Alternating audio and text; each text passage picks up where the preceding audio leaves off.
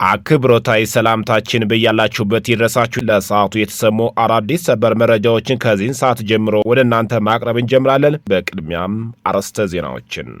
አድዋ የነጻነት፣ የአንድነት፣ የአይበገሬነት፣ የራስ ብቅነት ውጤት ነው። አድዋ ከጊዜያዊ ትርፍ ይልቅ የሀገር ክብርና ነጻነትን፣ ከፍርፋሪ ይልቅ ኩራትን፣ ከአጎብዳጅነት ይልቅ የሞራል ልዕልናን ያስቀደመ አባቶቻችን የፈጸሙት ድንቅ ታሪክ ክስተት ነው።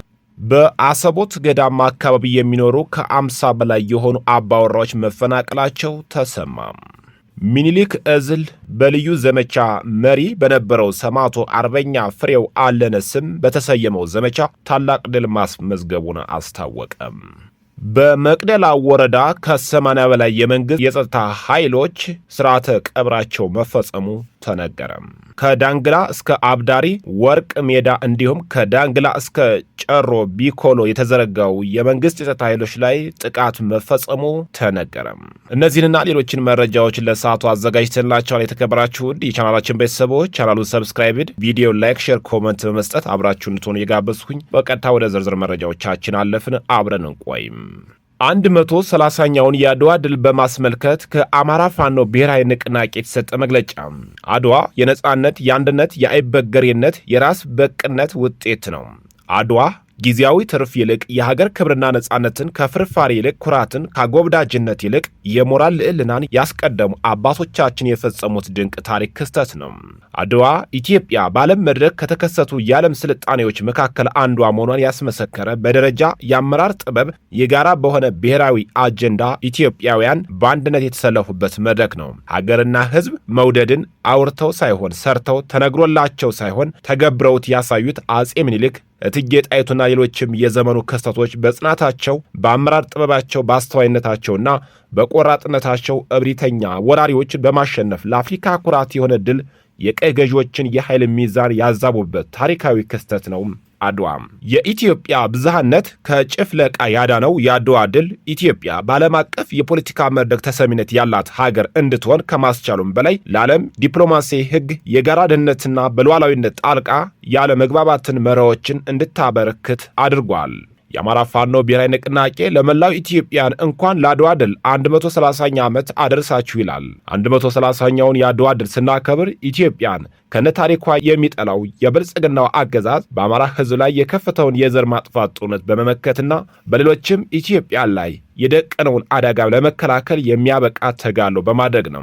ከአድዋ መንፈስ በተቃራኒ የተሰለፈው የአብይ አህመድ ቡድን የአገሪቱን መከላከያ ተቋም አመራር ለአረብ ኤምሬቶች በማስረከብ ኢትዮጵያን በባዕዳን ወንበዴ ሀገራት ድሮንና ጀት በማስወጨፍ ታሪክ ይቅር የማይለው አሳፋሪ ተግባር በመፈጸም ላይ ይገኛል። በአንዳነትና ባዕዳነትን ከአረመኔነት ጋር የተላበሰው የብልጽግናው አገዛዝ በማስወገድ ሀገራችንን ካልተነገረው የአረብ ኤምሬትስ ቀይ ግዛት ለማላቀቅ በቁርጠኝነት የምንታገል መሆኑን በዚህ አጋጣሚ ልናረጋግጥ እንወዳለን ሲል የአማራ ፋኖ ብሔራዊ ንቅናቄ በመግለጫው ገልጿል።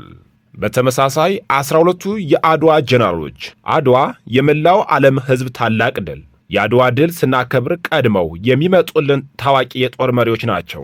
ከነሱ ጀርባ ግን የድሉ እውነተኛ የጀርባ አጥንት የሆኑት በሚሊዮኖች የሚቆጠሩ ኢትዮጵያውያን ነበሩ። ዛሬ ደግሞ ታሪክ ብዙም የማያነሳቸው ግን ደግሞ ያለ እነሱ ድል የማይታሰብ የነበሩ ጀግኖቻችን እናስታውሳለን። አንደኛው የጀግኖች ኢትዮጵያን ሴቶች ከስንቅ እስከ ዘመቻ በጦርነት ወቅት ታላቅ ገድል የፈጸሙት ይገኙበታል። እነሱም ስልታዊ መሪዎች፣ የሞራል ምንጮችና ተዋጊዎችም ነበሩ። እቴጌ ጣይቱ ብጡል የጦርነት ስትራቴጂስትና የመቀሌውን ምሽግ የውሃ ምንጭ በማስከበብ የጠላትን አንገት ያስደፋ ታላቅ መሪ ናቸው። አዜብ ጋንቱ በጦርነቱ ግንባር ቀደም በመሆን ተሰልፈው ከወንዶች እኩል የጠላትን ምሽግ የሰበሩ ጀግናም ናቸው። ልኬለሽ ባይሳ በጀግንነታቸውና በጦር ሜዳ ውሏቸው የሚታወቁ ሌላኛው የድል ፈርጥ ነበሩ። በሺዎች የሚቆጠሩ እናቶቻችን ደግሞ ስንቅ በማዘጋጀት ቁስለኛን በመንከባከብና በነጋሪት ድምፅ የወታደሩን ወኔ በመቀስቀስ የድል አዝማሪ እንዲታፈስ አድርገዋል። ሁለተኛዋ የእጅ ባለሙያዎች ናቸው። እነዚህ የጥበብ ሰዎች የድል መሳሪያ ቀራጺዎች በመሆን የአድዋ ጀግኖች የሚታጠቁትን መሳሪያ አበጅተው ታላቅ ድል ፈጽመዋል። የብረት ቀጥቃጮች ጦር፣ ጎራዴና ጋሻን በመስራት ወታደሩን ያስታጠቁ ናቸው። የቆዳ ባለሙያዎች፣ ሸማኔዎችና ሰራተኞች የፈረስ እርከባ፣ ልጓምና ለረጅም ጉዞ የሚሆን የቆዳ ውጤቶችን በማዘጋጀት ሰራዊቱ እንዲንቀሳቀስ እያደረጉ ናቸው። ባለሙያዎቹ ሌት ተቀን በመስራት የኢትዮጵያ ነጻነት ከብረትና ከቆዳ ቀጥቅጠው ሰርተዋል። ዛሬ አድዋን ስናከብር ለሴቶቻችን ጥንካሬ፣ ለባለሙያዎቻችን ጥበብና ለጀግኖቻችን ደም ክብር እንሰጣለን። አድዋ የኢትዮጵያ ማህተብ ነው። አድዋ የጥቁር ሕዝቦች የነጻነት ፋና ነው። ወደ ሌሎች መረጃዎቻችን ስናልፍ የአማራ ፋኖ ብሔራዊ ንቅናቄ ቴዎድሮስ እዝ 90 ክላሽና 3 ብሬን መማረኩን አስታወቀም። ከዳንግላ እስከ አብዳሪ ወርቅ ሜዳ እንዲሁም ከዳንግላ እስከ ጭሮ ቢኮሎ የተዘረጋ የጠላት ኃይል ላይ ብርቱ ጥቃት ተፈጽሞበታል። የወገን ኃይል ከምስራቁ ወደ ምዕራቡ የጎጃም ክፍል የሚያደርገውን እንቅስቃሴ ለማስተጓጎል በሚል ዕቅድ ከዳንግላ ባህር ዳር ዋናውን አስፋልት ለወራት ይዞ የነበረውን የጠላት ጥምር ኃይል አድማ ብተናና መከላከያ ፖሊስ በተቀናጀ መንገድ ለመምታት ባወጣው ወታደራዊ ዕቅድ መሰረት ታላቅ ጀብድ ተፈጽሟል። ከጃዊ ወደ ዳንግላ መውጫ ያሉትን ገዥ ቦታዎችን ካሳች፣ አጼ ዮሐንስና ወለቲ ላይ የሰፈረውን ጠላት የካቲት 21 ቀን 2018 ዓ.ም በጠዋት ማጥቃት በተጀመረበት በደቂቃዎች ውስጥ ብሬን የተማረከበት ውጊያም በድል ቀጥሏል። የአማራ ፋኖ ብሔራዊ ንቅናቄ ቴዎድሮስ ዕዝ 105ኛና 109ኛ ኮሮች በጋራ ያደረጉት ማጥቃት አድማሱን በማስፋት ከዳንግላ እስከ መራዊ መካከል ጭሮ የተባለ ቦታ ላይ የሰፈረውን የመንግስት የጸጥታ ኃይሎች ላይ ጥቃት ፈጽሞበታል። የወገን ኃይል ላይ ከፍተኛ መነቃቃትና ወኔን በፈጠረው በዚህ አውደ ውጊያም 90 ክላሽኮቭ መሳሪያ የተማረከ ሲሆን 3 ብሬን መትረይስ፣ 1 የዲሽቃ አፈሙዝ ከነ ተተኳሹም ከ10 ሺህ በላይ የክላሽና የብሬን ጥይት፣ በርካታ የእጅ ቦምቦች፣ 20 ምርኮኛ ሰራዊት እና ሌሎችም ወታደራዊ ቁሳቁሶችን የወገን ኃይል ማርኮ ታጥቋል። እንዲሁም 20 የመከላከያ አባላት ሲማረኩ ከ100 በላይ የጠላት ሰራዊትም ሙትና ቆስለኛ ተደርጓል ሲል የህዝብ ግንኙነት ክፍሉ አስታውቋል። መቅደላ ወረዳ ላይ ከ80 በላይ የጠላት ኃይል ስርዓተ ቀብራቸው መፈጸሙ ተነገረ። ይህ የሟቾቹ ቁጥር ቀሪው ያገዛዙ ኃይል የፋኖ ጥቃት መቋቋም ባለመቻሉ ሲሸሽ በበርካታ ተሽከርካሪ ጭኖ ከወሰደው ሙትና ቁስለኛ ውጭ ነው። በአማራ ፋኖ ብሔራዊ ንቅናቄ ምስራቅ አማራ ቀጠና ሚኒሊክ ዕዝ የዙ ልዩ ዘመቻ ሰራዊት በንጉስ ሚካኤል አሊ ኮር አማራ ሳይንት መቅደላ ክፍለ ጦር ሺህ ሁሴን ጅብሪል ሻለቃና በልጅ ኢያሱ ኮር 23ኛ ክፍለ ጦር አሃዶች በቅንጅት በወሰዱት እርምጃ እስካሁን ባለው 2 ሞርተር፣ 7 ብሬን፣ 6 ስናይፐርን ጨምሮ በመቶዎች የሚቆጠሩ ክላሽኮቭ መሳሪያዎች በፋኖ መማረኩን የመረጃ ምንጮቻችን ገልጸዋል። ትንቅንቁ የቀጠለ ሲሆን በተጋድሎ የተገኘው ዝርዝር ውጤት በሚኒሊክ ህዝብ ግንኙነት በኩል ይፋ ይደረጋል ተብሏል። የሚኒሊክ ዕዝ ልዩ ዘመቻ አሃድ ዘመቻ መሪ በነበረው ሰማዕቱ አርበኛ ፍሬው አለን ስም በተሰየመው ዘመቻ ታላቅ ድል ማስመዝገቡ ተነገረም።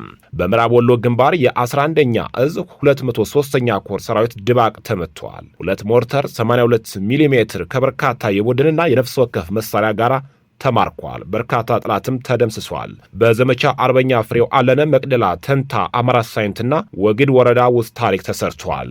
መቅደላ ወረዳ ውስጥ የአማራ ፋኖ ብሔራዊ ንቅናቄ ምስራቅ አማራ ቀጠና ሚኒሊክ ዕዝ ልዩ ዘመቻ ሰራዊት የንጉስ ሚካኤል አሊ ኮር አማራ ሳይንት መቅደላ ክፍለ ጦር ሺህ ሁሴን ጅብሪል ሻለቃና የልጅ ኢያሱ ኮር 23ኛ ክፍለ ጦር በቅንጅት በሰሩት ኦፕሬሽን የመቅደላ ወረዳ መቀመጫ ማሻ ከተማን ጨምሮ ሌሎችም ታዳጊ ከተሞችን በወገን ኃይል ቁጥጥር ስር ውሏል። የጠላት ኃይል የካቲት 20 ቀን 2018 ዓ.ም ማለዳ ጀምሮ መቅደላ ወረዳ ማሻ ከተማን ተንታን ጨምሮ በርካታ አካባቢዎችን ኔትወርክ በማጥፋት የሚኒሊክ ዕዝ ልዩ ዘመቻ በላጎ ተወርዋሪ ሻለቃ ጨምሮ ወዳለበት ቀጠና 83ኛ ክፍለ ጦርን ጨምሮ በበርካታ እግረኛ ሰራዊትን መካናይዝድ እንዲሁም በ2 ድሮን ታግዘው ማጥቃት ያደረገ ሲሆን ንስሮቹ በመከላከልና መልሶ ማጥቃት በማድረግ ይዞታዎችን የነበሩትን መቅደላ ወረዳ ማሻንና አካባቢውን አስለቅቀው በመቆጣጠር ጊምባና ደሴ እግራው ጭኝ ብሎ እንዲሸሽ በማድረግና 2 ሞርተርን ጨምሮ የቡድን የነፍስ ወከፍ መሳሪያዎችን ብሎም በርካታ ሰራዊት በመማረክ ታላቅ ድል አስመዝግቧል። በተጋድሎው የሚኒሊክ ዕዝ ልዩ ዘመቻ በላጎ ተወርዋሪ ሻለቃዋን ጨምሮ 2 ሞርተር፣ 82 ሚሜ፣ 1 ብሬን፣ 1 ስናይፐር፣ ከ40 በላይ ክላሽ፣ ከ3500 በላይ የተለያዩ ተተኳሽ፣ 9 የመገናኛ ባትሪ እንዲሁም 30 የጠላት ሰራዊት ተማርኳል። ልጅ ኢያሱ ኮር 23ኛ ክፍለ ጦር 1ኛ ሻለቃ ወደ ተንታ ከተማ ማጥቃት በማድረግ በርካታ የጠላት ሰራዊት በመደምሰስ ተንታ ከተማ በቁጥጥራቸው ስራ አስገብተዋል። በተመሳሳይ 23ኛ ክፍለ ጦር 2ኛ ሻለቃ ከሌሎችም የሚኒሊክ ዕዝ ልዩ ዘመቻ አህዶች ጋር በመጣመር ማሻ ከተማን ተቆጣጥራለች።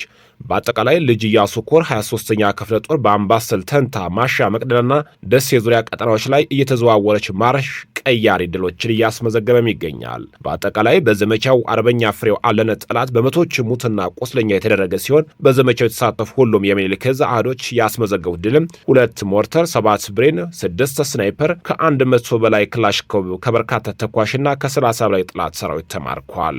የብልጽግናው ሰራዊት ከኢትዮ ቴሌኮም ጋር በመተባበር የሞባይል ኔትወርክ በማጥፋት የመገናኛ አማራጮችን ዘግቶ ኦፕሬሽን ለመስራት በማሰብ ዝግጅቱን አጠናቆ ካበቃ በኋላ በተወሰኑ ወረዳዎች ውስጥ እንቅስቃሴዎችን ጀምሮ ስለነበር እንቅስቃሴውን ለመግታት ወግድ ወረዳ ውስጥ መብረቅ ክፍለ ጦር በትናንትናው ዕለት በአብዩ ጉርባ ቅጥና ገዛዛ አምቦ አቅራቢያ ደፈጣ ጥሎ በርካታ ኃይል ሞትና ቁስለኛ ስታደርግ፣ በአማራ ሳይንት ግንባር ደግሞ የአማራ ሳይንት መቅደላ ክፍለ ጦር ታቦር ተራራ ሻለቃ ጀብድ ፈጽመዋል። ከትናንት ባዲያ ጀምሮ ጓምዲ አቅራቢያ ከባድ ውጊያ ተካሂዷል። ከሳይንታ አጅባር ከተማ ተነስቶ ወደ ጓምዲ ቀጥና በመግባት ከአርሶ አደሮች ግብር ለመሰብሰብ አስቦ በርካታ ኃይል ይዞ የመጣውን ጠላት ኃይል በመመከት ኦፕሬሽኑን ማበላሸት የቻለ ሲሆን ጠላት ጓምዲን ሳይረግጥ ሲቀር በብስጭት የከባድ መሳሪያ ቅንቦላ ሲወረውር ውሎ የገበሬዎችን መኖሪያ ቤትና ንብረት አቃጥሎ ወደ መጣበት ፈርጥጧል።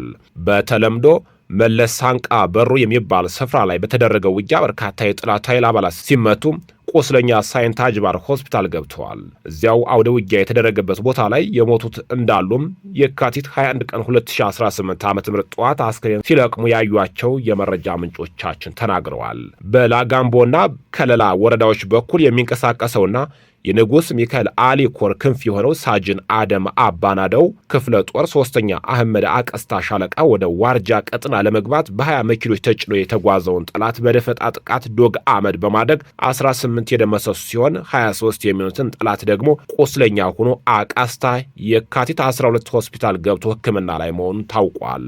በመጨረሻ በአሰቦት ገዳማ አካባቢ የሚኖሩ ከ50 በላይ የሚሆኑ አባወሮች መፈናቀላቸው ተሰማ። ከሰሞኑም በወራ ጥር መገባደጃ ላይ ከአሰቦት ቅድስት ሥላሴ አባ ሳሙኤል ዘደብረ ወግ ገዳም ከ2 ዓመት በላይ በዓታቸውን ዘግተው በጾምና ጸሎት ሲተጉ የቆዩ አባ ወልደ ሚካኤል ባህታዊ መነኩሴ በጥይት ተደብድበው መገደላቸው መዘገባችን ይታወሳል። በዛሬው ዕለትም ከስፍራው በደረሰን መረጃው ማክሰኞ ምሽት 1 ሰዓት አካባቢ በሚኦስ ወረዳ በአቲሳ ሮሮ ቀበሌ በገዳሙ አካባቢ ከዓመታት በላይ ሲኖሩ የነበሩ ከ50 በላይ የሆኑ ኦርቶዶክሳውያን አባወራዎች ማንነታቸው ባልታወቁ ኃይሎች በተከፈተባቸው ተኩስ ቤታቸውና ንብረታቸውን ጥለው ወደ ገዳሙና ከተማው መፈናቀላቸው ተገልጿል። እነዚህ አባወራዎች ቀበሌያቸውን ሙሉ በሙሉ ለቀው ወጥተዋል ተብሏል። የኦርቶዶክሳውያን መፈናቀል መነሻው ማንነት መሰረት ያደረገ ስለመሆኑ በመረጃው ተነስተዋል። ከተፈናቀሉት አባወራዎች ውስጥ ሕፃናት፣ ሴቶች፣ እናቶች፣ አባቶች እንዲሁም ወጣቶች የሚገኙበት ሲሆን ከእነርሱም ውስጥ የተደበደቡና ከተተኮሰባቸው ጥይት ያመለጡም እንዳሉ ለማወቅ ተችሏል። በተጨማሪም ኦርቶዶክሳውያን በሚኖርበት አካባቢ ተደጋጋሚ ጥቃት ቢደርስባቸው ምንም አይነት ጥበቃ አልተደረገላቸውም፣ የትኛውም ጸጥታ አካልም አልደረሰቸውም ተብሏል። በዚህ ምክንያት በአካባቢው ምንም አይነት እንቅስቃሴ ባለመኖር ገዳሙ ከፍተኛ ስጋት ውስጥ እንዳለም ተጠቅሷል። በአሁኑ ሰዓት በገዳሙና በምዕምናኑ ላይ ከሰፈነው ከፍተኛ ስጋት አንጻር የሚመለከታቸው የመንግስት የጸጥታ አካላት የሚጠብቃቸው የጠባቂነት ድርሻቸውን እንዲወጡም ጥሪ መተላለፉን ተነግሯል። የተከበራችሁና የተወደዳችሁ የቻናላችን ቤተሰቦች ለሰዓቱ ያዘጋጀንላችሁ መረጃዎቻችን እነዚህን ይመስላሉ። ከቆይታዎች በኋላ ደግሞ በሌሎች አዳዲስ መረጃዎች ዳግም እንገናኛለን። በያላችሁበት ጥሩ ጊዜ ተመኘሁ። ጤና ይስጥልኝ።